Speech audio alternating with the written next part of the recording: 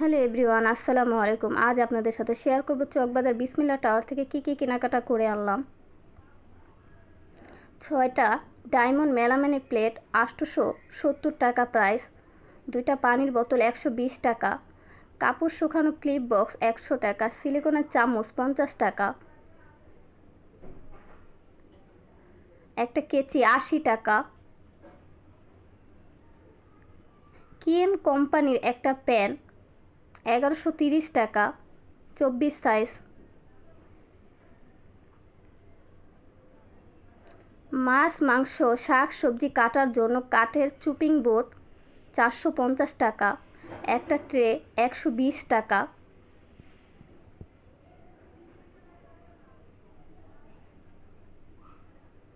ময়লা ফালানোর বাস্কেট 450 টাকা।